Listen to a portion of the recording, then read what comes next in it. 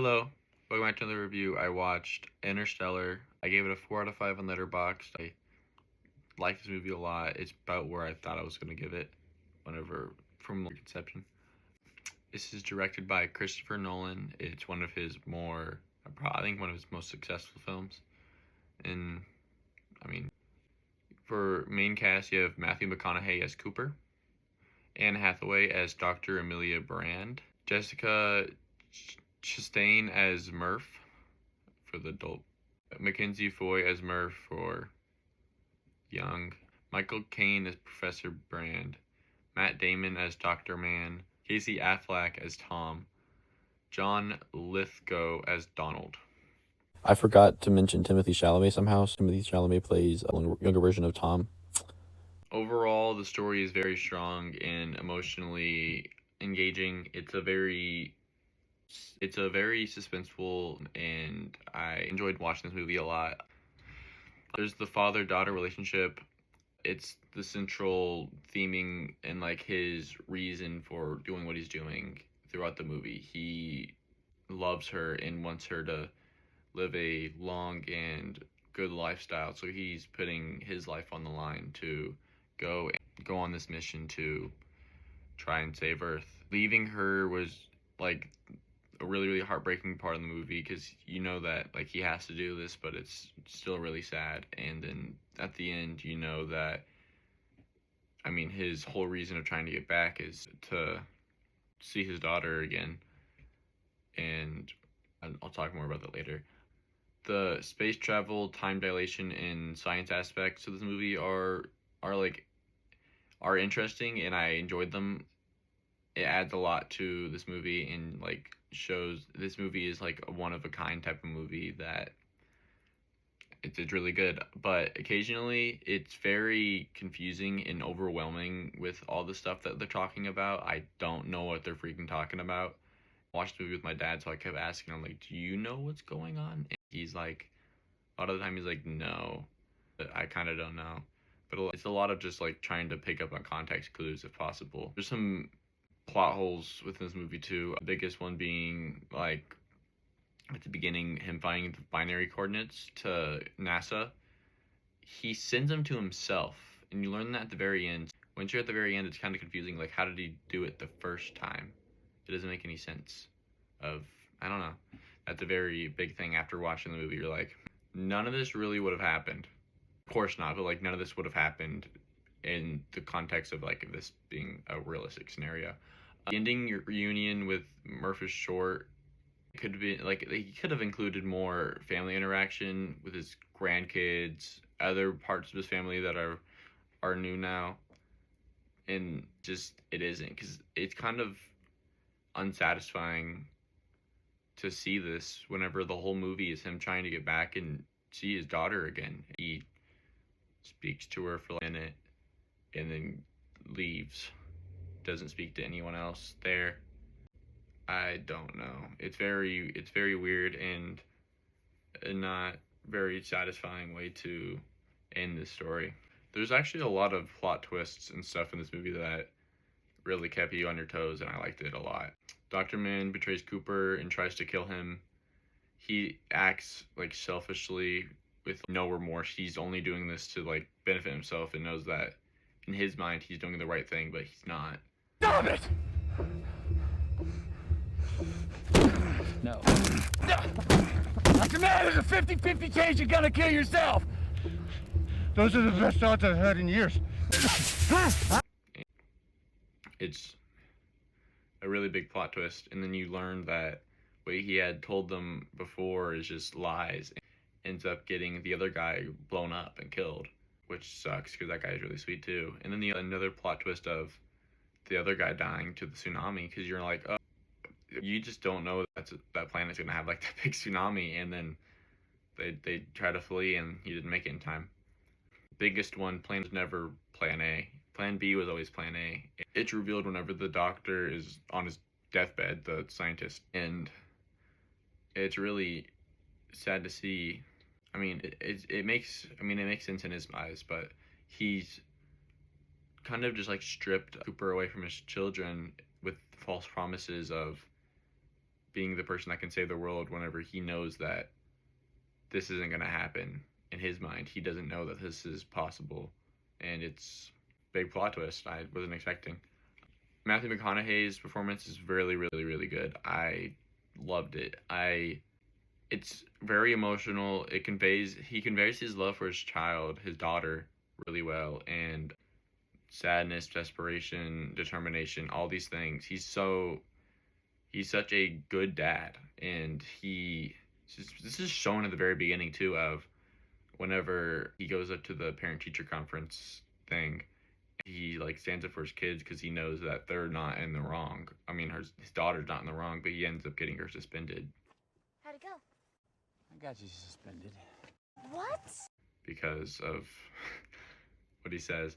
But his whole performance in this movie just makes me want to watch more films with him in it, because he did a really good job. Anne Hathaway, very, very strong performance too. Her own personal conflict of her, like, either choosing to go to which planet to go to, which person to go to, but she ends up picking the person that she has, like, that she loves and that she wants to see again in hopes that he's alive. But it might not be the right decision in the sense of saving the planet, planning the world, the earth. Visuals and cinematography, there's a lot. This movie is so visual, and it's one of its biggest strong suits. The black hole is so pretty. The Saturn is really pretty too. The ice planet's really cool. I liked it a lot, especially whenever they're exploring, and there's like the scene of them walking, and then like the top part of the world comes down a little bit over the frame and frames them really well. It's really cool. The tsunami planet's really, really cool, especially in the context of you not knowing that there's gonna be a big tsunami, and they're like, that's a big mountain, and he's like, that's not a mountain. And then they almost die. One of them dies. Oil back to the Ranger now. The black hole scenes, when he goes through the black hole and then he's like falling, that scene's really cool.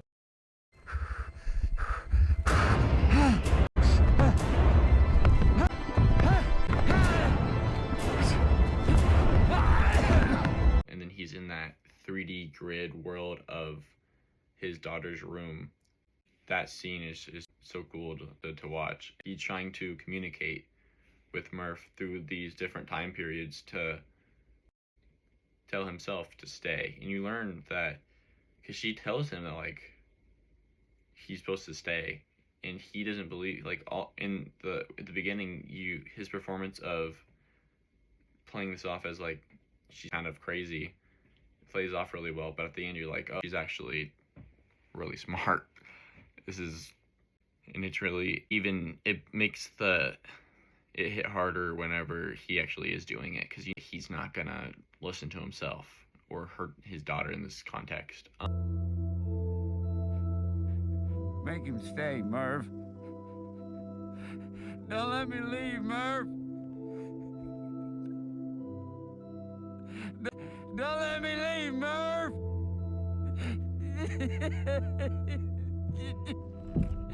No!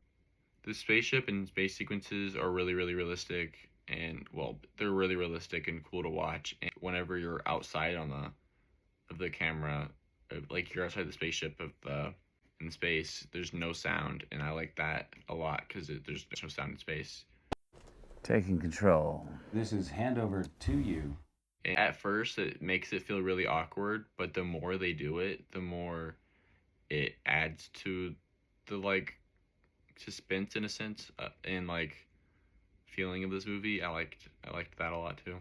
The sound and the score I also need to talk about, because it's very iconic, cinematic, and like I've heard this score in so many other media, and I've never known that it came from Interstellar, but it makes so much more sense that it fits this movie perfectly, and I didn't know that this is where it came from. And in the context of other media, it's always used in this emotional, suspenseful way. It's perfect. Like, them doing that is a testament of how good the score is for this movie. At the very end, whenever you learn that all these people are like the interviews at the beginning are just the older version of these characters you've already met. It was really cool. And then all these other parts. There's a lot of comedic elements with the robot, and my dad had to, because I couldn't tell when the robot was speaking at first because it kind of just sounded like another guy and wasn't really introduced to all the characters. Whenever he was saying like he made the joke about taking over the world, making a robot army. I didn't catch it the first time. My dad replayed it for me, but it was really, I liked the comedy with him at the end, because I didn't like the robot at first. I really didn't like the design of the robot and everything, but at the end it really came around for me of understanding why they did that. It worked for me a lot better. Everybody good? Plenty of slaves for my robot colony? Giant, sarcastic robot. What a great idea. Use it to find your way back to the ship after I blow you out the airlock. What's your humor setting, Dodge? That's 100%. Bring it on down to 75, please. Stage. I liked the contrast of everything that's happening on Earth, and then also with him in space. All these things are still happening, and you see these messages when he gets back on the ship of his kids talking to him and then losing hope and that he'll come back. It's really sad. Adds really that more emotional depth to him getting back and seeing them again, because they just lost all hope in ever seeing their father again. I guess letting you go. Wherever you are, hope that you're at peace. And today I'm the age you were when you left. So it might be a real good time for you to come back. Also visually, the very end like sequence, the planet they're on, is really cool to see how I like how it's like wrapped around, and I like the whole planet a lot. It's just, I don't know. Another thing that I kind of annoyed me is whenever he's floating in space and you think he's not gonna die, but there's a chance of him dying, and then he wakes up in the hospital bed. He's like, "Oh, he got you with like seconds to spare." That always annoys me in movies whenever they make things seem more extreme than they are, because they weren't technically. I don't know. That's just a gripe I've had with a lot of movies that I've watched. But overall, this movie is really good. I understand why it's held to such a high degree to a lot of my friends and people I know. It's a good movie. A lot better than Inception, but that's another story. Thank you for watching. Let me know if there's any other movies you want me to watch. Any other things you'd like to add about this movie that you liked that I missed. I'll respond in the comments. Thank you for watching. Wait away.